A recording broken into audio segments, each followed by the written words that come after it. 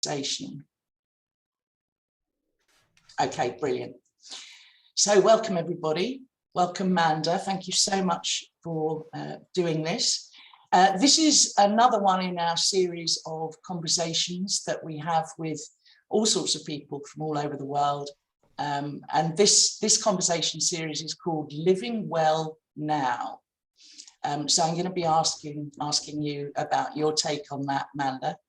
As I said, you'll get a chance later to ask questions, to share what you want to share with Manda.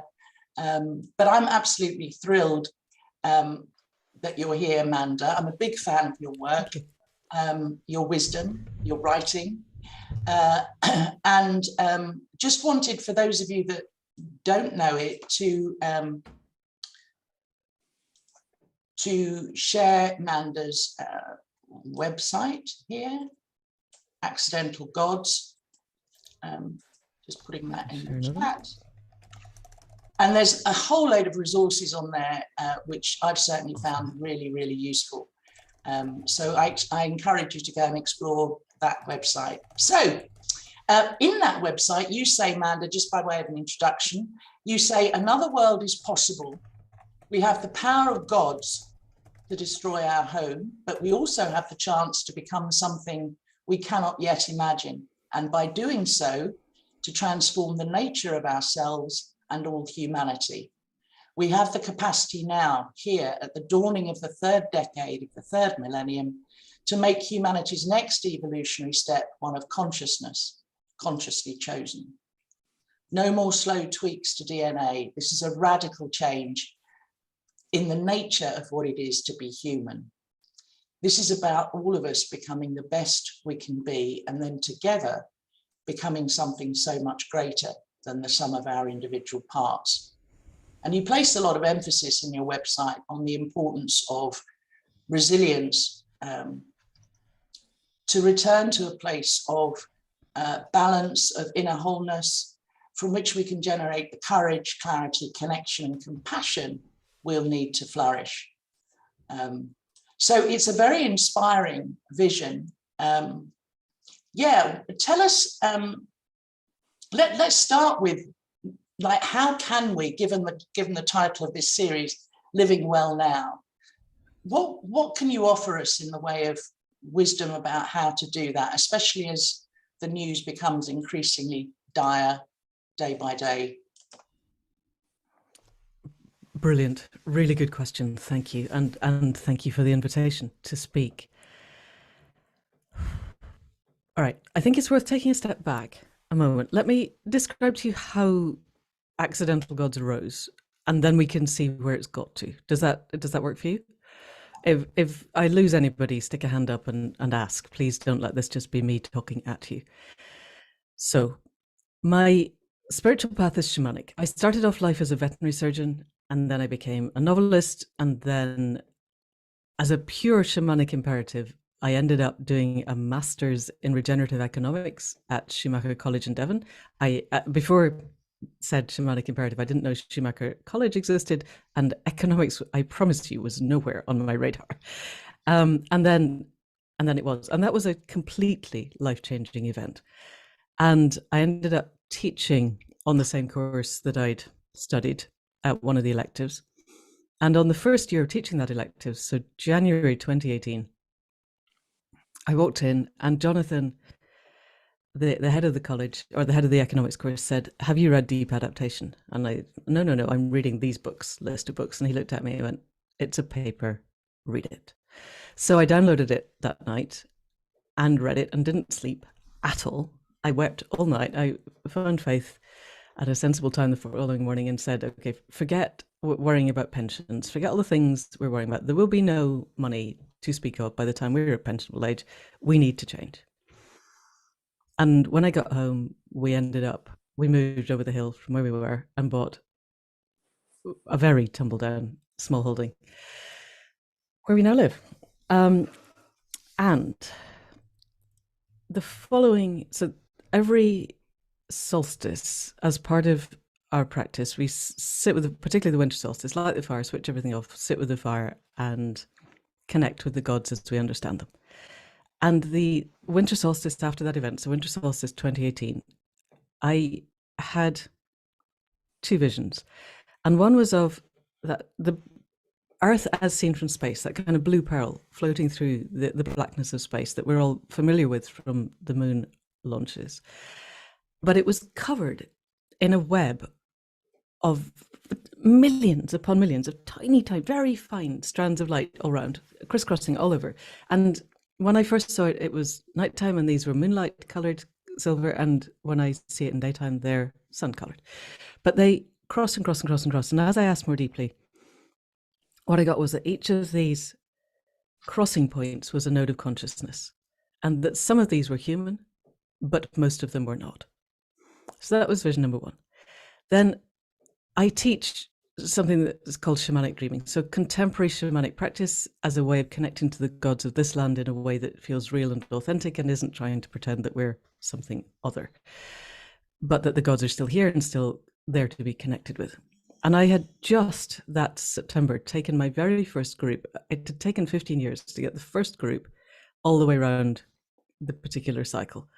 And we'd started, of the hundreds who had started off, 9 had ended up going through. And I come to the fire and go, look, guys, 9 people, we got there. And what I got back was 9 people in 15 years is not going to cut it, really. You need to be teaching at scale. I can't. The whole point of shamanic practice is it's one-on-one. Anything more than 12 people and it starts to fall apart. Trust me, I've been there. And the second vision that arose was of me standing on a stage in America, and I don't fly because carbon, talking to very large numbers of people, and like, what? And neither of these visions made any sense. And this is the nature of shamanic practice. Stuff comes and you spend the rest of the year working out what the heck it meant. So the second one began to make sense very quickly, because about 4 days after that, I got an email from someone in the States who said, right, there's about 50 of us and there's one of you. So that's 50 flights to the UK or 1 flight to the US. What do you want? And if I hadn't had that vision, I would basically have told them where to jump. Just please don't, carbon, just don't let's do this. You've got people in the States. But I had the vision, so I agreed to go. And then I had to work out what I could teach at scale. So the whole thing began to be coherent. But in trying to understand the first vision, which had made a huge emotional impact, I came to understand that it was linked to this concept of conscious evolution, which is not my idea at all. I just began to explore it and it began to make sense. And so one of the things that had really struck me in the teaching at Schumacher was the concept of emergence from complex systems. Is everybody familiar with that, or do you want me to go over it? You are all familiar with it, yes? Or do you want me to go over it? And we now have double symbols. Stick a finger up if you want me to go over it. You don't. You do. Okay. All right. Difference between complex and complicated. Complicated things tend to be made by people. They are linear. They are completely predictable. So my standard metaphor is a Boeing 747 is a complicated thing. There are over 6,000 parts. I Googled it. I know this. But if somebody gave you the giant IKEA kit with each part numbered and a good instruction set and the right tools and a big barn, you could build a 747. It is wholly predictable. People do that. They are flying in the sky all the time. If you built one from scratch, it might not fly first time, but eventually you get there.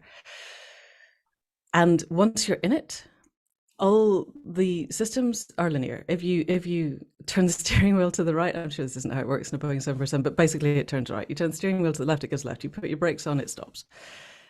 Things happen linearly. Complex systems are unpredictable and non-linear. That's the definition. And biological systems are complex adaptive systems. The weather is a complex adaptive system. The cells in your body are complex adaptive systems. The organs that they make are complex adaptive systems. Your humanity that is the result of all those cells and all those organs is a complex adaptive system. And the social structures that we are making are complex adaptive systems. They were complex adaptive systems when we lived in tribes of 150, the Dunbar number. Let me take a step back. One of the classic metaphors that people use for expressing complex adaptive systems, there are two. One is an ant colony.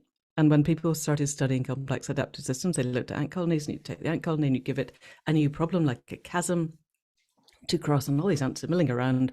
And at some utterly unpredictable point, they all join hands basically and create a bridge. And then the other ants can get across the chasm. And no one has yet predicted how this works. One of the slightly more obvious complex adaptive systems is a caterpillar. If you came from Mars and found, I'm growing nasturtiums in my garden as an edible food, and they're covered in caterpillars at the moment, and you saw these little green things with dark spots eating up my nasturtiums, what would you think they would grow into? If you had never seen it and you didn't have a biology book, I absolutely defy anybody to predict that they would turn into a chrysalis, and that the totality of the caterpillar would dissolve into DNA soup, from which what they call imaginal cells would arise. And in the beginning, those imaginal cells are destroyed because they're seen as foreign, but then more arise, and they clump together to make imaginal islands, which clump together to make imaginal organs, which finally clump together to make a butterfly. And the point is that neither the ant bridge nor the butterfly, until you have seen them, are predictable from the previous state. A complex adaptive system increases its complexity on a curve that's dependent on a lot of different factors. And then it's more or less your standard kind of S-wave curve. It reaches maximal complexity, after which there is a bifurcation. And I'll do it like this. It either falls away into extinction and just ceases to exist, the caterpillar dies, or it emerges into a new system, which was, by definition, completely unpredictable from the system before. If you can predict it, it's not a new system, it's an iteration of the old system. That's the key that I want you to take. If it's predictable, it's not a new system. So we have 64 million years since the last mass extinction in which humanity has evolved. Probably 300 to 400 years of modern humans, but they keep pushing the time zone back. So several 100,000 years of modern humanity, for almost all of which we have been forager hunters.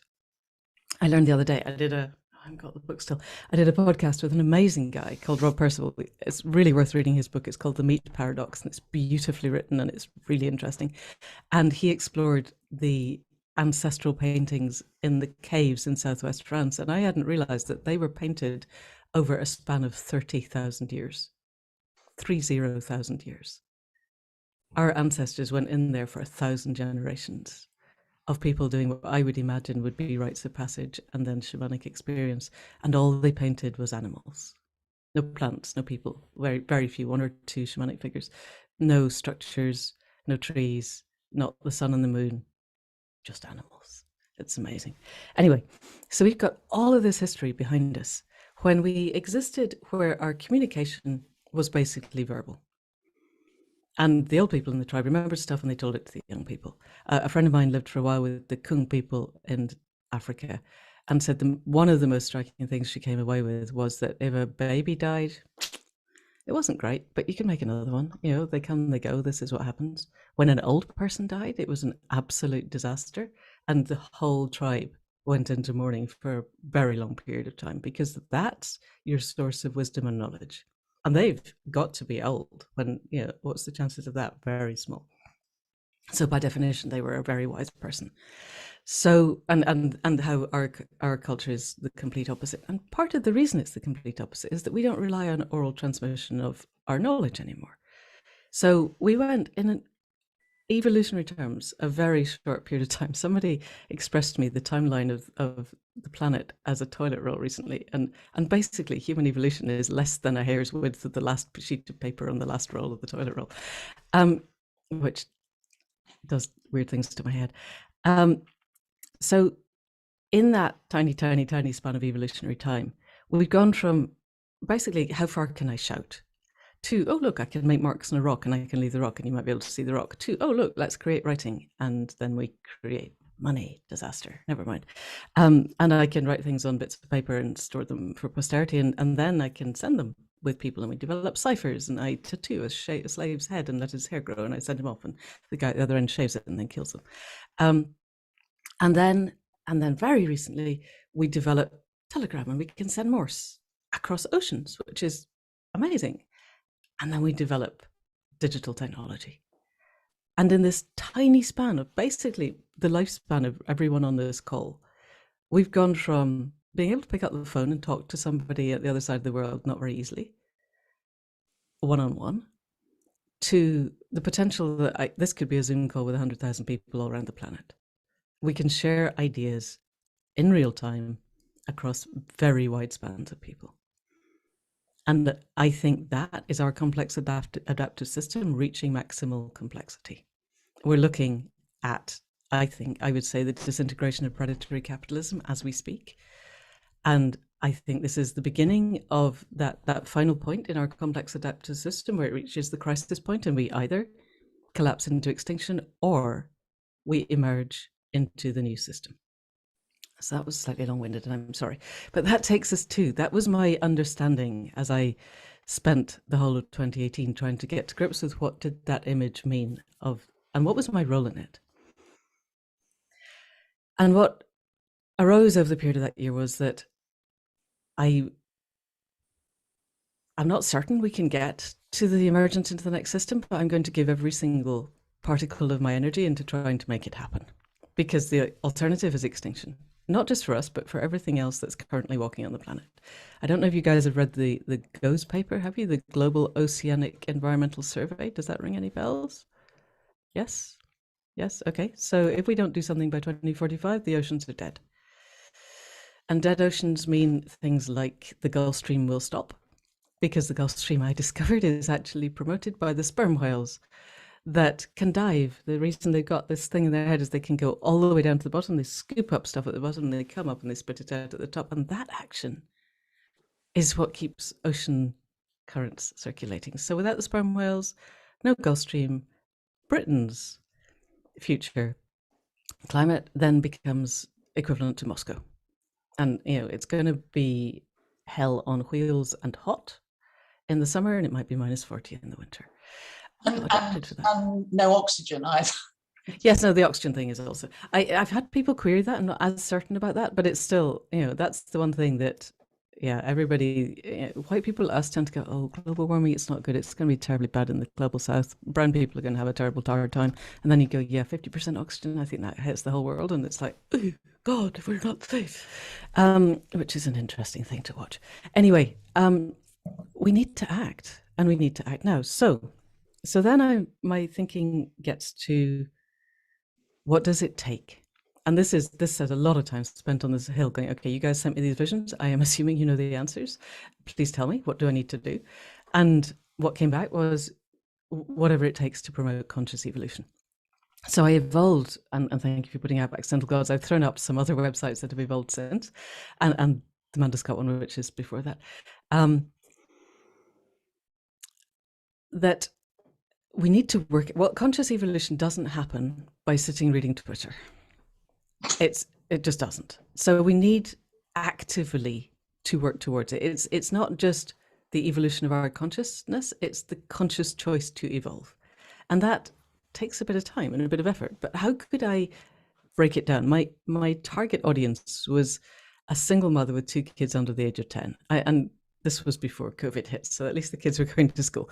But that was who I had in my head of, can I create something that will compete with Twitter and Facebook and TikTok and all the rest of it, Instagram, and give people the toolkit to get to a place where we can't predict. This is the definition of complex adaptive systems. The emergence is not predictable, but we can at least take ourselves to the leading edge of our existing system, in the belief that that's basically the imaginal cells clumping together to be imaginal islands. There's a good jumping off point to the emergence and a reduction in the potential for the collapse into extinction. So Accidental Gods evolved out of that, and I evolved a 6-step system. And I put it out in the world, and I thought, a couple of million people should do it. Tipping point, we're going to get some kind of tipping. One of the things I was told was, you don't need everybody there. You need a critical mass of people to lead the rest. And I had no idea what that critical mass was, but I'm going to do what it takes to get there. And what we've discovered over time is that most people don't want to spend half an hour a day meditating. Even if I put little voice meditations out there and go, all you have to do is put on your headphones and play this. We've got a core group that kind of fluctuates, but there's a core of a few hundred that are dedicated in doing it. And then there's the rest who kind of come in, look at it and go, oh, that's a bit hard. I don't think I've really got time. I'll do it next week, and go out again. And this is one of the things that I find, even with the dreaming, the one website I haven't put up is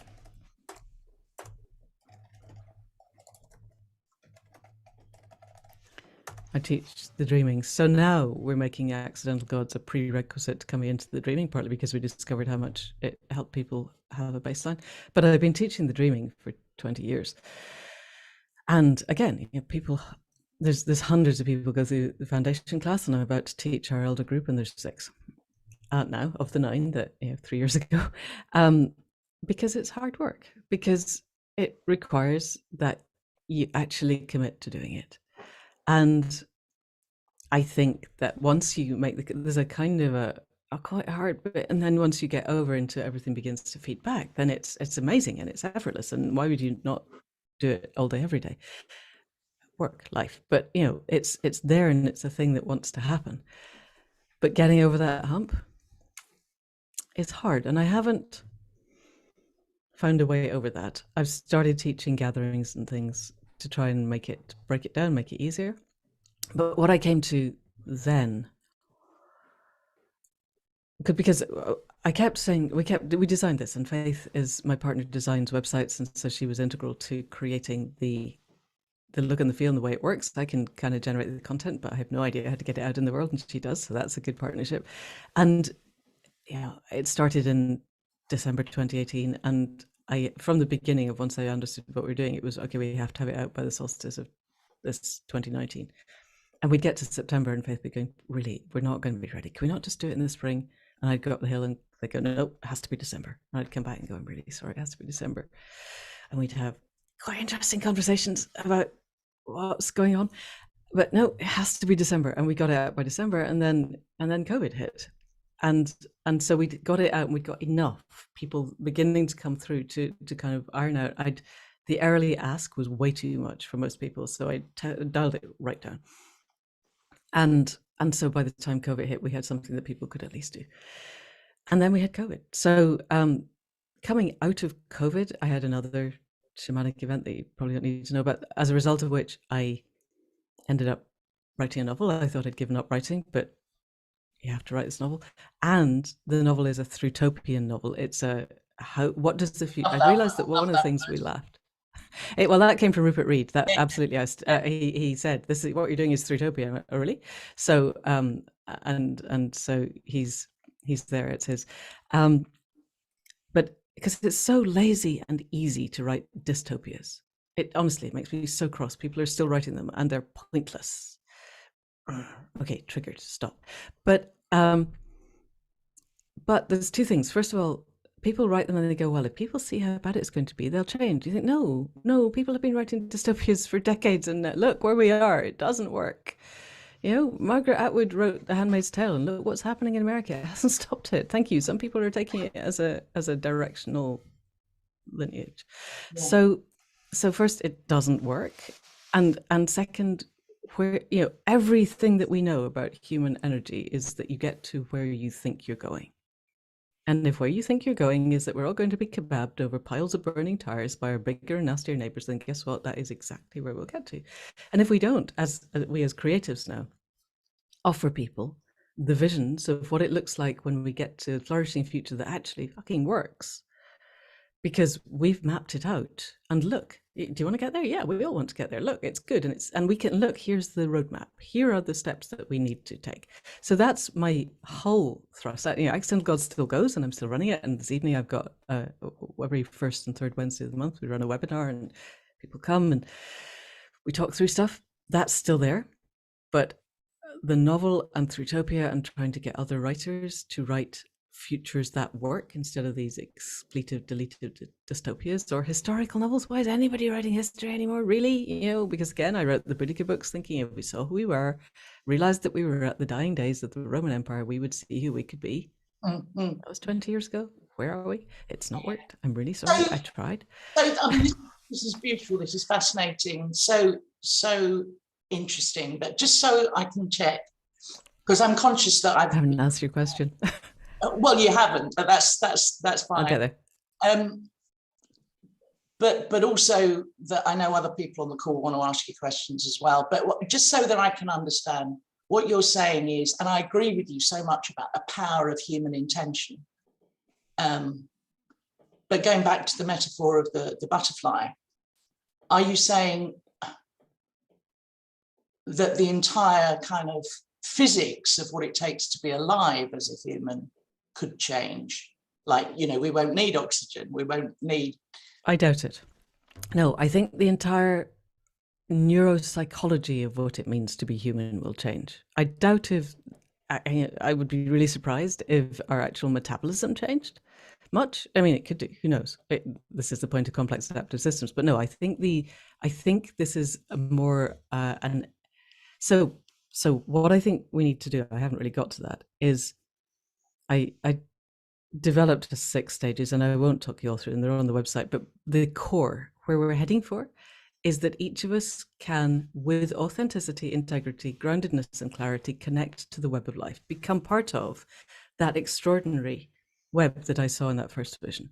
When we get there, we ask of the web, what do you want of me?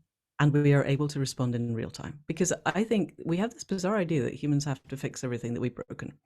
Yes. Which, you know, and you can kind of see that I made the mess, I have to clear it up. But actually, we have broken a complex adaptive system. There is not the slightest chance of us with our linear thinking understanding how to fix it. So what we have to do, I think, is connect to the web of life, and on the assumption that there is, with an intelligence of the web that understands. And then all I have to do is to be what only I can be. Because I am here, and each of us can be that. But the process of getting to the point where I can ask of the web of life, what do you want of me, and be it, is discovering what it is that I am with clarity, losing the projections, losing the fears, losing all the stuff loaded onto us by our culture and our parents and our ancestry and all that stuff, and getting to the clarity and the connectedness and the coherence of who am I and what can I do in the moment. Having said all of that, I think there's an awful lot we can do just practically to not be part of, to be it, you know, there's the very old and very cliched, but nonetheless true aphorism, if you're not part of the solution, you're part of the problem. And making ourselves part of the solution, I think, is what the Thrutopian thing is now, is what can I actually practically do today while I'm doing the inner work to get to the place where I can connect to the web of life. Right. Does that answer your question as you asked it? Yeah, it does. And in fact, you have answered so what does it mean to live well now? Yeah, very much. Thank you. I think there's practical things we can do. There's a whole list of practical stuff that brings us to the leading edge of that's really what the website, what the podcast is for, is what are people doing today that helps to create the ripples that will break the old system and usher in. Part of Thrutopia is that we need a peaceful transition to a system that works. And I don't think that's emergence into a new system, but I think we can nonetheless take what is a profoundly broken political, economic, practical, logistical system and make it much, much better. It's not hard to imagine ways in which the current system could be better. That's not emergence into a new system. But I think, I don't know if you guys are familiar with Joanna Macy, but she's got the 3 pillars of the Great Turning. So the holding actions is just stop the damage. The systems change is how do we change this system? And then the shifting consciousness for me is how do we emerge into a new system? Yeah. No, and I still find Joanna's stuff really inspiring, but I noticed just over the last year or so, she's getting more pessimistic. She is. Yes. Yes. And one can see why, but I also think we get the whole about an intention. You get where you aim for. I'll tell you a very small story. Donnacha McCarthy came on the podcast a few weeks ago, probably 6 weeks or so. He's an extraordinary man. Listen to the podcast. He understands the setting of intent. He's used it through his life, and he's environment editor for the Independent, when it used to be a real newspaper. And now he's a really, really full-on activist. He's the guy who goes on GMB TV and sits in the bear pit and talks sense while they're destroying him. And he came on the podcast and said, there are 50 people, 60, sorry, 59 old white men and one old white woman who control the world's media. If those 60 people decided that they were going to be wholeheartedly behind the move, the peaceful move towards a regenerative system, the world would change. That's one thing that we could all change. So I got to the end of the podcast and thought, yeah, I could do that. And I tried in my morning ceremony setting that intent the next morning. And I got to this place where, imagine, all of us, just shut your eyes and imagine that the whole of the world's media, so the Mail, Fox, Breitbart, the Telegraph, all around the world, have decided that they are going to be wholly behind the peaceful transformation to a regenerative system. How does that feel? I mean, you don't need to worry how you get there. Please don't worry how you get there. Just imagine that it has happened. And you wake up in the morning and everything on the media, the legacy media and social media, is wholeheartedly behind the peaceful transition to a regenerative system.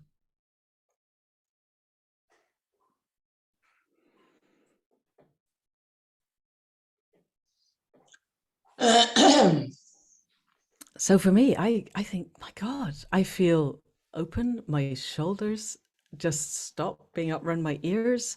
I can breathe better. I had that sort of, God, yes, we could do, that would bring the creativity of humanity. Humanity is astonishingly creative into alignment together. That could do it. So, and I had this vision again of me and Donica doing a high five. Yeah, we did it. We did it. Okay, yes. And so over the weeks, he got in touch and said, you really got it. I mean, I really did. And we've set up a group of 8, Lynn McTaggart's group of 8 intention setting. 5 of us dreamers, it doesn't matter who. And for the last 2 weeks, we've been doing it every Tuesday morning, or every Tuesday, whenever appropriate. We've gone through the intention setting of that intention. And Donica emailed me on Monday to say, the Indie has changed its policy and he's now allowed to write stuff that he wasn't. He's been 3 times on right-wing television and they treated him decently and listened to what he was saying. And he's about to have a meeting with one of the core groups that he really needs to get them on board with this idea. So setting, I'm taking that as a win. Yeah. Setting intention works. You just need to be clear what you're setting it for. So if anybody wants to set intention, I think that the world's media are wholeheartedly behind the peaceful transition to a regenerative future. Yeah, it's clear, it's succinct, it's unambiguous. More practice in imagining that, but yeah, it's a really good thing to try. I was recently listening to Daniel Schmachtenberger, collective sense making, and he was saying, imagine similar kind of thing, but just much narrower. Imagine if Facebook, because they could do this, completely turned the algorithm the other way around, so that it focused rather than on, limbic hijack and polarity, and that it focused on connection. Yes. And yes. That would change the world overnight. But anyway, well, I have about another 17 questions, but I'm not going to ask them. I'm going to throw it open now to the group. So, fabulously interesting so far. Who's got something they want to ask or challenge? Yeah, over to you. Just unmute yourself and go for it.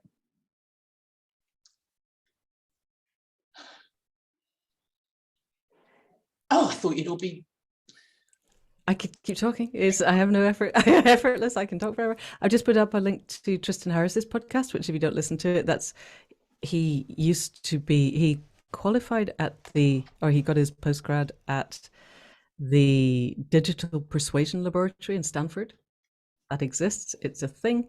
And then he worked in Google's ethics department until he realized it was wholly unethical. And then he set up the Center for Humane Technology, and he was the motive force behind the docudrama, what was it called? The Social Dilemma.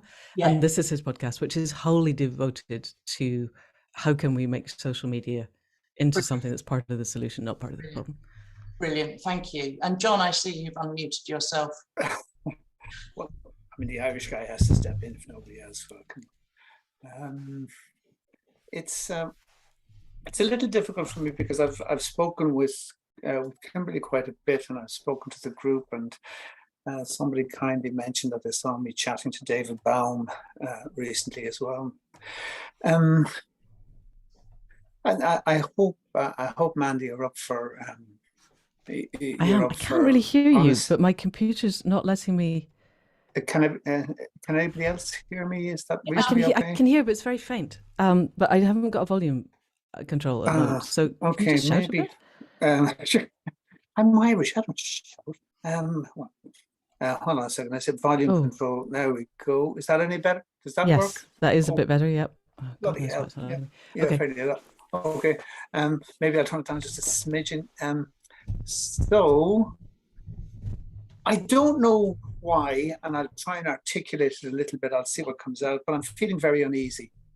I'm not taken. I'm not persuaded. You're not connecting with me, and I don't know why. There's a series of things, triggers for me. So you say, I make sense. I need to make sense of it. What do you mean? I go into the notion of sense and somatic terms. What do you mean by making sense? I need to feel that, and I'm not feeling it. You talk about complex emergent systems.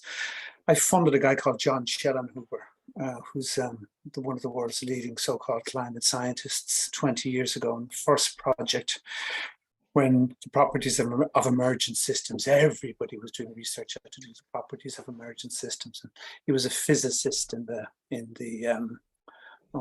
whatever that institute was he was in, and he wanted to test his theories on the climate. So we had some fun and games with that. He remains a friend, a personal kind of a friend, but having written the Pope's encyclical on climate change and all sorts of other weird things, he sort of disappeared into a strange place now. That's okay too. The intentionality. There's an awful lot of kind of pseudo-pop science in that I don't like, not just because it's pseudo-pop science, because it can also work, but more because I'm much more drawn to precisely the opposite, being completely unattached to outcomes. What's of interest to me is not a kind of a pretense that I can, make my DNA or synapses or microtubules behave in a particular fashion, but that I can become part of what is now and present to me. That's an experience I've had a lot with Kimberly in particular. She has this great gift of grounding people in the actuality of the moment, like what is actually happening here and now. I'm bothered by yet another path to redemption. There's an awful lot of paths to redemption, all of them false. Never forget, kill the Buddha, as Alan Watts and so many other people. If you meet the Buddha, kill him. The point is that it's here now and it's available to you if you're capable. I don't know how that happens. We have the Catholic Church's wonderful theories about grace. We have the ascetics bending their legs around their necks for 20 years and somehow you reach a path of enlightenment. You seem to have a sixfold path. Sounds very like Buddhism to me. So there's so many things. Here we go again. Follow me. Oh, how shall we fuck off, Lord? I just find it bothersome. That yes, here we have another trail. I think I possibly went through something similar to you at the beginning of COVID, because I was leading the revolution inside the European Commission. I kind of 500 people who were part of this group that I had to call limited list, because if I called it anything else, we'd get fired. And I was sitting there hammering on my computer at the beginning of COVID, sort of saying, and the change will not come about through sending emails, even if you're very angry. And then I said, fuck it, I'm sending an angry email. So I literally said, hence I will stop. And I hit the return button and I never sent another thing. And yet I feel I've connected much more profoundly. Again, the people are fewer and far between. The people like Kimberly, the people like David Baum. They're not people, oddly enough, like Jem Bendell, though. I've done lots of interviews with Jem as well. They're different people who seem to me to be involved in only one thing, being present and being part of that presence. I know that sounds a little bit complicated, but that's clear. I'm going to stop you, John. Sorry, I could go on forever. Thank you. I know you can. Just in the interest of time. Yeah. So no, I think that's really clear. Manda, do you want to come back, because it's you're coming from different places, and that's obviously fine. But I think we're coming from identical places, to be honest. I think so too, bizarrely enough. So I mean, there's nothing in what you said that I would disagree with. I am endeavoring to find ways that ordinary people can get to. For me, how do I ask the web of life, what do you want to me, and respond in real time is exactly what you've just described. But most people don't know how to get there, and I think we need a critical mass of people who are there, and I am prepared to do what it takes to try and enable them to get there. But in the meantime, because actually most people don't want to spend half an hour a day meditating, if that's what it takes, then I think creating a vision of a future that works is also necessary. I think we don't have that. Our governments don't have it. Our media don't have it. When you switch on the television, you get business as usual, which is just bizarre. And we need narratives that are different, that show us a path forward to a different. So I think there's two arms. One is, yes, we need the people to be present. But I look at my partner's daughter's generation, and there's just not part of their reality. They're busy trying to find ways to pay the mortgage and, get the kids to school and not get COVID. And so there are those who are really invested in learning how to be present, and there are those who really aren't. And I don't think there's time. I think, yes, waiting for everyone to reach enlightenment is fine if you really want to do that. But we have, I think, an extremely short time window in which there is still room to act before we hit the kind of societal breakdown that Jem talks about. I think we're on the way now. And I want not to get there. I want the grandkids to grow in a world where they can look forward down a timeline and see it at least being tolerable. Really and so quick return. We need to produce the ideas that create that. Just a really quick return on that. The last thing I would ever do would say, wait for enlightenment. What one does is one immerses oneself in one's presence, whatever that present is. Say somebody who really inspires and I like is Kimberly, that notion of being powerfully present with your community. I think that's something she does. Maybe what your partner's kids need to be doing is being powerfully present, bringing their children to school, rather than, but you tell them they need to be doing that, and they're not going to. That has to come from inside. That's the point I was going to say. The other thing, and it's just a detail that I would put in here. I've worked in the science of climate change for the last 20 years, as I say, starting with John Schellenhuber. There is now no more hope for humanity. I would just like to put that out there. There will be no human beings on this planet in our current format, wherever you consider that to be, within 20 years, more than likely much earlier than that. When people don't seem to understand what abrupt means, it is the third derivative. First derivative is distance over time. Second derivative is change. The third derivative is abrupt. There is no stopping this now. So another thing that kind of deeply bothers me about it is the notion of putting something out there that you can aim at, rather than pulling it together in that tighter way. Sorry. Oh, thank you, John. Okay, who else? We've only got just under 15 minutes. Sue's got her hand up. Oh, great. Thank you. Sue, unmute yourself if you would. Can you hear me? Yep. It's bringing to mind the women's movement, because in my 20s onwards, I was very involved in consciousness raising groups, and there was a whole network of women doing that, and they met in small groups. Nobody was in charge or telling them what to do. And they talked about their own experience. They knew they weren't happy with where they were, we didn't necessarily have the plan all worked out about where they were going.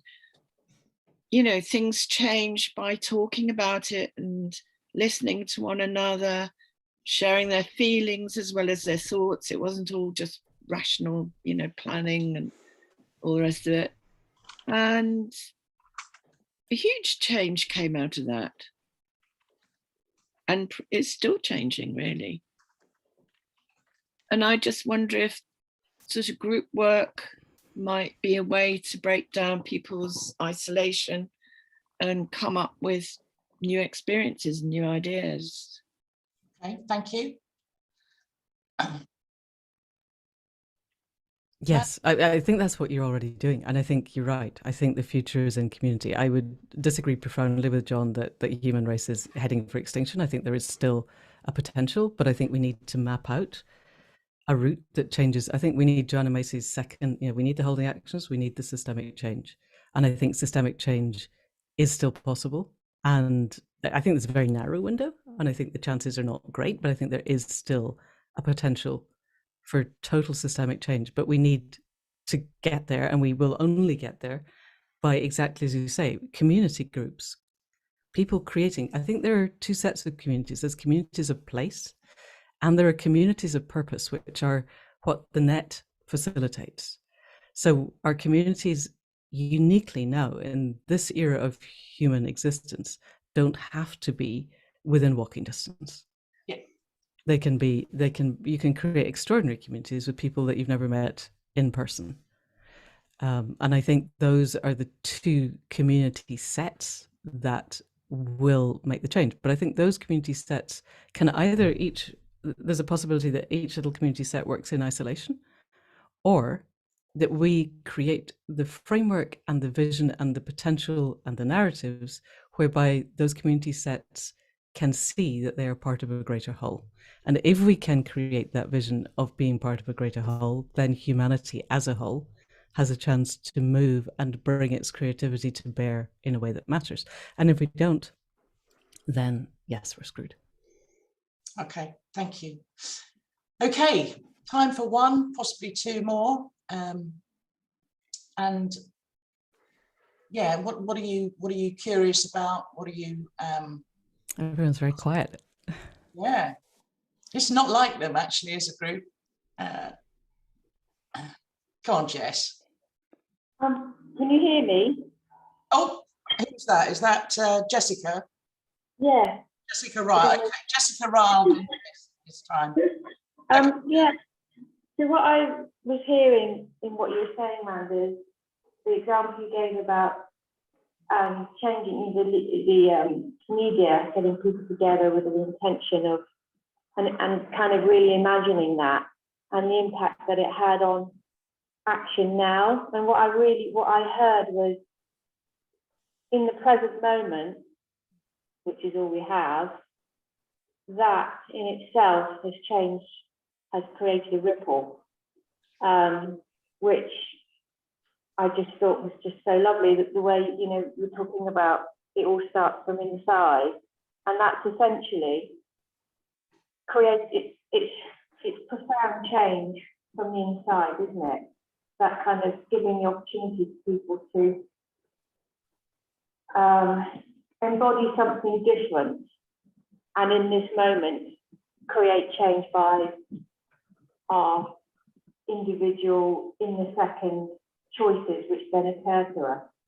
And it kind of is so lovely in comparison to sort of examples recently about that collective negativity, which in itself creates our reality in this moment, because that's the way we're thinking about it. And I was just really struck with how, we are the change. We are the change. That's all there is. And I don't know if that makes any sense, but I just thought it was really, it really spoke to me. Yeah, thank you. It does make sense. Thank you. Yes. And yes, have you got something? So, as you know, there's always so much I want to say, Kim, and yet I'm very good at sitting quietly. The first reflection was I'm your exact target audience, and everything you've said is just, for me personally, it was. I don't know why. I didn't know why I was coming. I heard everything you said. It's come clear exactly why I'm here, because I think I just so resonate with what you say about setting intention, and I also resonate with what you were saying, John, around it almost being another form of hopium if you're not careful, and when I heard you both speaking, I could totally see that actually you were saying the same thing from a different position, because hopium doesn't come from the present. In my opinion, hopium is something we imagine to escape from the present, whereas what we can imagine from the present is very different. And Yeah, that's wonderful. That's wonderful. Thank you, Jess. Yeah, I knew there was a reason I wanted to bring you in.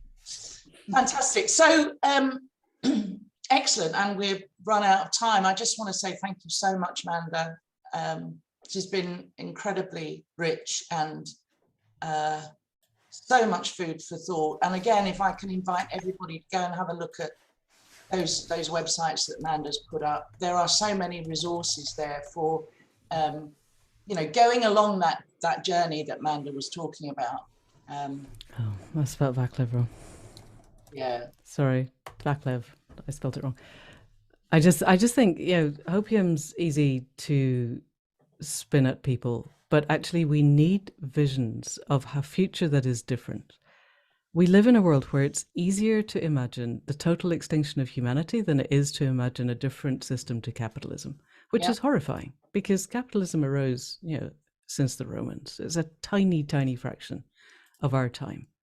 And I think we need the visions of a different world. If we do nothing else with our lives, then creating a concept that there is a potential for something different and how we get there. Utopias are as bad as dystopias. Utopias are all predicated on something has happened and we're, in one bound they were free. But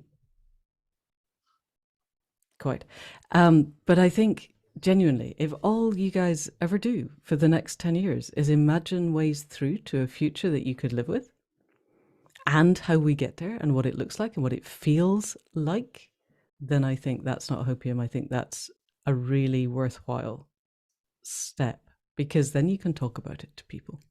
And it's not just continual iterations of, oh God, everything's awful and we're all going to die, which isn't, if it's, that might be true, but it's not useful.